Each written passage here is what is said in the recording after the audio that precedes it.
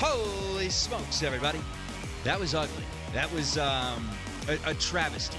When one of the teams that you love is playing against a rival where the family members that you love attended that university, being West Virginia, and you can't even watch into the fourth quarter because it's so dirty, it's so disgusting, it's such a demolishing act. That's very tough. It stings, to say the least. Bearcats go down 42-21. The furthest thing from heaven for the Cincinnati Bearcats. Hopefully they get some Tudor's biscuits on the way home, because that could be the only thing that salvages the trip, as the Mountaineers leave nothing but a carcass of the Bearcats. They were eating Bearcats for lunch, for their afternoon snack, and probably for dinner tonight as they celebrate on their home campus.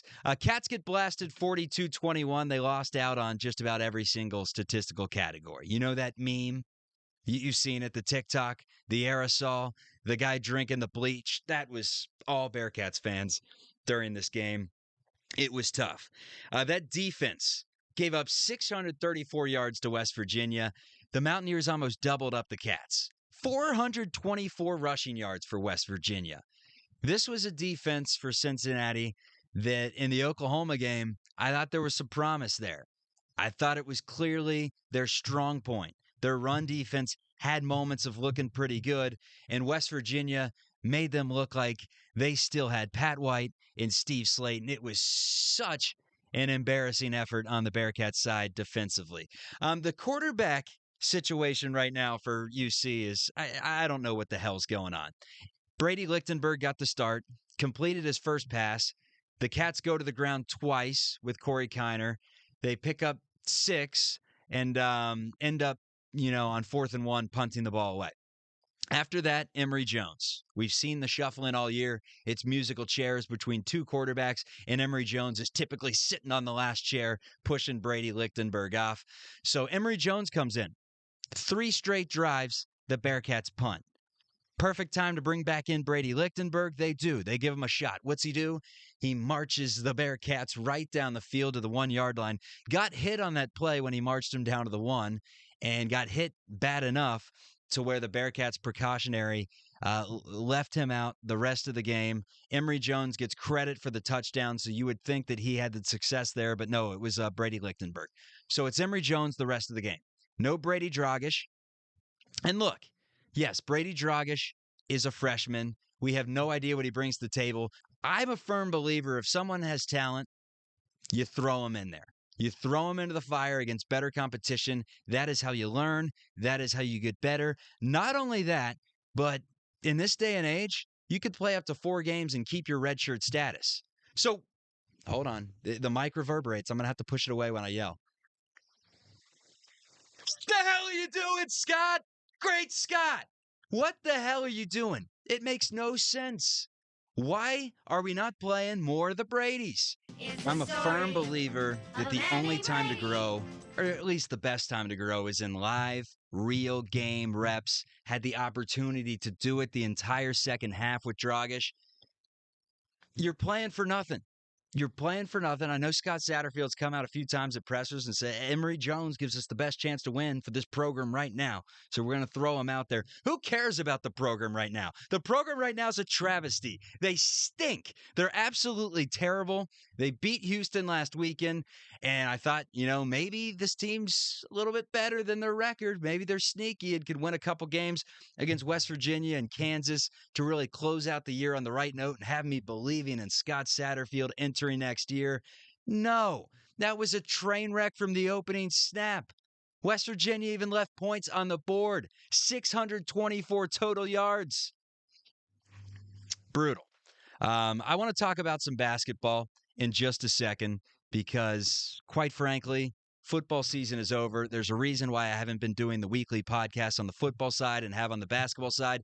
It's supply and it's demand, and no one is demanding Bearcats coverage right now. And if they are, they want to hear this. They want to hear real talk from real fans and not Scott Satterfield drew it up the best he could. The Cats didn't have it. No, we don't want that. We don't want that. We don't want any positivity. I mean, we do want positivity on the field, but when they're not showing us anything to be positive about, let's call out the BS. This team stinks. The program was in the playoffs just a couple of years ago, and now we all wonder, is Scott Satterfield the guy? Here's the deal. Here's my stance. It's simple. You can't fire him after one season. One, the buyout's huge. Two, the Cats entered the Big 12 this year. You've seen every other team in the Big 12 struggle to really find its footing. UCF, Houston, even BYU for the most part, coming from a different conference than the AAC. It's not an easy jump. But this bad, this quickly, after the team that was here last year, and then you throw in the fact that Ben Bryant wanted to be a Bearcat. They went into spring competing, Bryant and Emory Jones. Bryant transfers to Northwestern. He's leading the Wildcats to a potential bowl game in the Big Ten. Emory Jones is who we thought he was, and that is a quarterback that didn't last in Gainesville and that seemingly got worse and didn't play great in ASU, so they benched him. I don't get it. I don't get it right now with this musical chairs. That never works with anyone. This late in the season with a quarterback that's going to be done in a matter of minutes on the football field, 48, 100 minutes of game time, let's put it. His career is over, and you're opting to play him over someone that still has his redshirt status. Because here's the deal. You got to evaluate. It's like inventory. If you're working in a warehouse, you got to know when those chips are bad so you can replace them with new chips. You got to know if your quarterbacks are good enough to enter the Big 12 next season. Because guess what, Scott? If they're not good enough and you don't go after the portal hard enough, you go after, let's say, an incoming freshman, and then you get one transfer that you think is going to be this year's Emory Jones, and it turns out to be a dud, and Lichtenberg and Dragish aren't ready, then guess what? You could be fired. You could be two and done because the program was at all-time heights, and the last thing that the Bearcats need is apathy from its fan base, and that's what'll happen when you go out and you don't even put an effort on the field. Maybe effort. I'm not getting on the players here. They're playing hard. It's not on them, but you're not putting a competitive product out there as the head coach. It falls squarely on you. Look, it's tough transition year. We give it to them. It's just the way that they're playing, the way that this quarterback situation is going down, the fact that they chose Emory Jones over Ben Bryant, some of their running plays, going for it on every single fourth down and having terrible designs. It's just a combination of things that makes me think Scott Satterfield probably isn't the guy for this job. And I gave him a lot of credit after the Pittsburgh game. I thought he was a sneakily decent hire. Maybe he shows me that next year, but as of right now, it is not looking good in Clifton whatsoever. What is looking good, at least the record, the Cincinnati Bearcats basketball team and Wes Miller, they are 3-0. Jizzle James, I'll tell you what, Jizzle James is one of the most exciting freshmen I've seen in the Bearcats uniform since I'd go back to Gary Clark, that far back. Unless you want to go Tari Eason, who was very exciting as well. He just didn't see the floor that much. But yeah, I think Gary Clark is fair. And one of the most exciting point guards since Devin Downey. Yeah, I'm going to go back that far because I think Troy Copain was great, but his freshman year, he didn't show us anything of being a superstar. He was just kind of, he steadily climbed the ladder, whereas I think Jizzle James can be really, really good and really good fast. In fact, he's good right now. Look at those stats. 60% from the floor, averaging over 10 points per game, back-to-back outings with 13 points, and looks really good defensively. If Jizzle James can be a 35% three-point shooter or greater, I think the Bearcats have something special on their hands. Cats get NKU on Sunday at Fifth Third Arena. NKU actually took down Cincinnati last year. If you remember, it was UC's first loss of the season at NKU. The reason the Bearcats traveled to, I forget their arena name, and I should know this, something Bank maybe. I should know this because the Bearcats obviously played in that arena for a season, but they went in there, and it was the House of Horrors this time. I don't think Cronin lost a game there, or maybe he did. I think he lost like the last game to Wichita State, and it ended a massive winning streak because the year before, remember, the last year at Fifth Third Arena, the old Fifth Third Arena, UC didn't lose a single game. So they go into NKU last year, and they lost 64-51. NKU not looking great so far, but they do have two players that torched the Bearcats last year. Marquez Warwick, Henry Clay High School. Shout out Lexington, Kentucky. I used to cover them when I worked for NBC. They have, who's a famous alum that went there? Walker Bueller is a Blue Devil.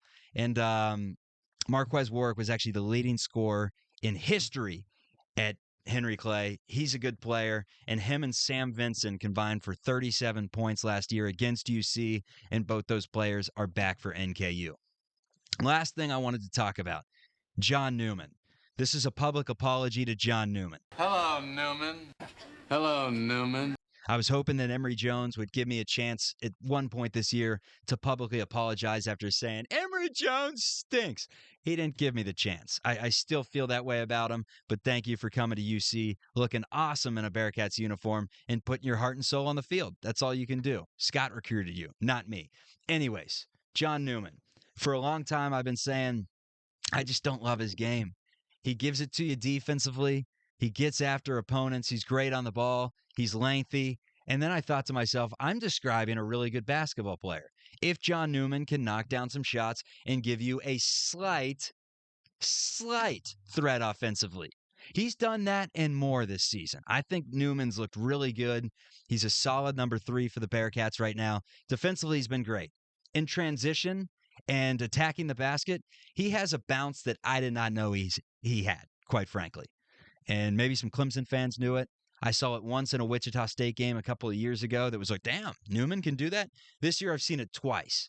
Authoritative, throwing down with passion, and I love to see that. So he's got that bounce, and he's been great from threes. He's knocked down multiple threes in back-to-back games, and if John Newman can hit open shots and he can throw down in transition like this and defend with his length, I think he's a very, very valuable asset that we may be sleeping on a little bit just because 2 years ago he did not look great. Anyways, Bearcats and NKU Sunday. If you're watching this video on Sunday, it's today. Let's get up for the Bearcats, and here is the deal. Post-game shows on YouTube with my man Houdini after every single basketball game this season. So we'll see you on YouTube as soon as the final buzzer sounds at Fifth Third Arena. Hopefully it's a winning show. That does it for Chatterbox Bearcats. Chuck Walters saying thank you so much. Subscribe to the podcast if you like it. And the big thing, tell some Bearcat fans. Give this podcast to your friends. We want to grow it. This is real Bearcats fans talking to other real Bearcats fans. We'll cut it loose. We'll tell the NCAA they're a bunch of pieces of because, quite frankly, free Aziz Bandago. And I'm still waiting on that report with Jameel Reynolds. Come on. We're 3 games into the season. If he's going to be ineligible, at least tell me that his waiver was declined.